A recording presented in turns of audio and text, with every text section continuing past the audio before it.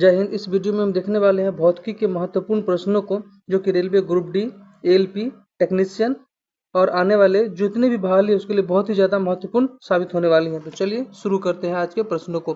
पहला प्रश्न को देखिएगा। पहला प्रश्न कहता है, किसी राशि को मापने के लिए उस राशि की निश्चित पर्याप्त मात्रा लेकर एक मानक मान लेते हैं, जो उस राशि का क्या कहलाता है? तो ध्यान रखिएगा, वो कहलाता है मात्रक कहलाता है। ये क्वेश्चन देखिएगा ग्रुप डी में पूछा गया 2018 में। चलिए अगले प्रश्न को देखते हैं। अगला प्रश्न कहता है, अगला प्रश्न को देखिए। अगला प्रश्न कहता है आपको, किसी भौतिक राशि को व्यक्त करने के लिए कुछ ऐसे मात्रकों का प्रयोग किया जाता है जो अन्य मात्रकों से स्वतंत्र होते हैं, क्या कहलाते हैं? तो ध्यान रखिएगा, ये मूल मात्रक कहलाते हैं। अगले प्रश्न को देखते हैं। अगला प्रश्न को देखिएगा, जब कोई भी राशि मात्रक के रूप में मापी जाती है तो यह प्रक्रिया क्या कहलाती है? तो ध्यान रखिएगा, यह प्रक्रिया मापन कहलाती है। अगले प्रश्नों को देखते हैं। अगला प्रश्न है, कौन सी पद्धति मीट्रिक पद्धति कहलाती है? इसका सही आंसर होगा सीजीएस पद्धति को मीट्रिक पद्धति भी कहा जाता है। अगला प्रश्न है, मापन की कौन सी पद्धति ब्रिटिश पद्धति कहलाती है? तो ध्यान रखिएगा, FPS यानी फुट पाउंड सेकेंड पद्धति को ब्रिटिश पद्धति भी कहा जाता है। अगला प्रश्न है, द्रव्यमान का मूल मात्रक क्या है? तो ध्यान रखिएगा केजी यानी किलोग्राम है। अगला जो प्रश्न है, ताप का मूल मात्रक क्या है? तो ध्यान रखिएगा, इसका आंसर होगा केल्विन। अगले प्रश्न को देखते हैं। अगला प्रश्न है, 1 मीटर दूरी को प्रकाश निर्वात में कितने समय में पूरी करता है? इसका सही आंसर होगा 1/2 99492 सेकंड में तय करता है। अगले प्रश्न को देखते हैं। अगला प्रश्न है, निर्वात में प्रकाश के द्वारा 1 वर्ष में चली गई दूरी क्या कहलाती है? तो ये प्रकाश वर्ष कहलाती है। अगला प्रश्न है, दूरी मापने की सबसे बड़ी इकाई क्या है? तो ध्यान रखिए, ये होता है पारसेक। अगला प्रश्न है, बल की इकाई को क्या कहा जाता है? तो ध्यान रखिएगा, न्यूटन कहा जाता है। अगले प्रश्न को देखते हैं।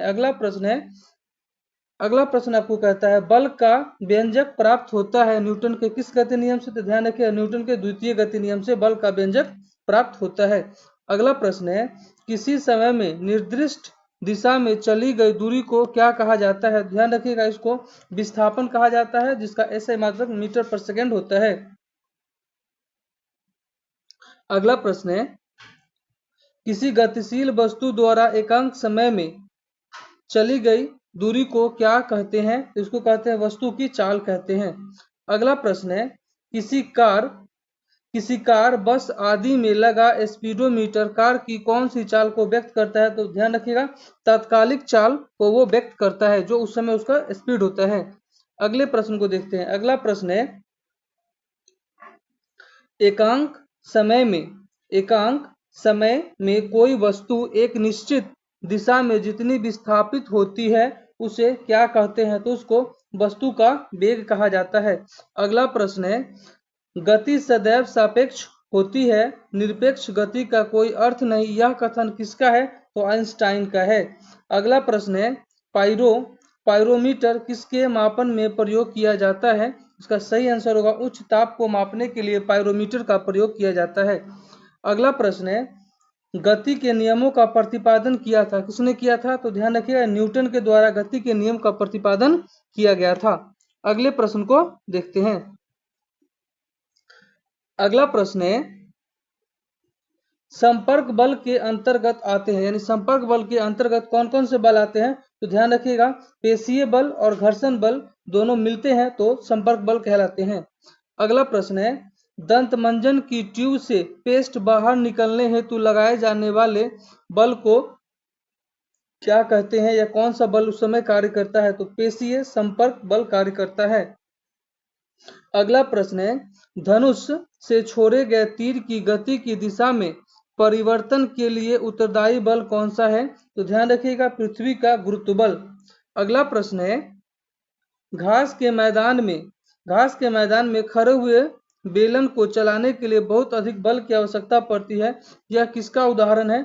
तो विराम के जड़त्व का उदाहरण है। अगले प्रश्न को देखते हैं। अगला प्रश्न है रडार। रडार उपयोग में आता है। रडार क्यों उपयोग में आता है? तो रेडियो तरंगों द्वारा वस्तुओं की स्थिति ज्ञात करने के लिए। अगला प्रश्न है पानी से ऊपर तक भरे एक मग में पानी के सतह पर बर्फ का टुकड़ा तैर रहा है। जब बर्फ का टुकड़ा पिघलेगा तो क्या होगा? ध्यान रखिएगा, पानी के स्तर में कोई परिवर्तन नहीं आएगा, यानी पानी का स्तर अपरिवर्तित रहेगा। अगला प्रश्न है वायुमंडलीय दाब मापने में किस यंत्र का प्रयोग किया जाता है? तो ध्यान रखिएगा, इसमें हम बैरोमीटर का प्रयोग करते हैं। अगला प्रश्न है 1 माइक्रोन बराबर होता है 0.001 मिमी के बराबर, यानी mm के बराबर होता है। अगले प्रश्न को देखते हैं। अगला प्रश्न है किसी बाह्य बल की अनुपस्थिति में वस्तु द्वारा गति की स्थिति में परिवर्तन कर पाने की असमर्थता को क्या कहा जाता है? तो इसको गति का जड़त्व कहा जाता है। अगला प्रश्न है चलती हुई बस से उतरने वाला व्यक्ति आगे की ओर क्यों गिर पड़ता है? गति के जड़त्व के कारण।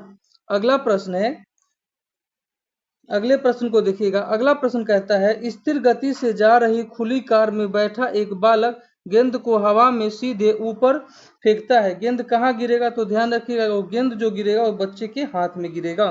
अगले प्रश्न को देखते हैं। अगला प्रश्न है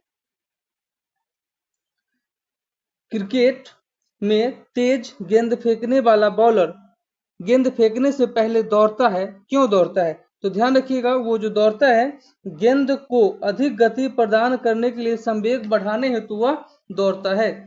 अगला जो प्रश्न है दीवार पर घूसा मारने से हमें चोट क्यों महसूस होती है? तो ध्यान रखिएगा, प्रतिक्रिया बल के कारण हमें चोट की अनुभूति होती है। अगला प्रश्न है कील को गहरी गाड़ने हेतु हथौड़ा भारी क्यों होना चाहिए?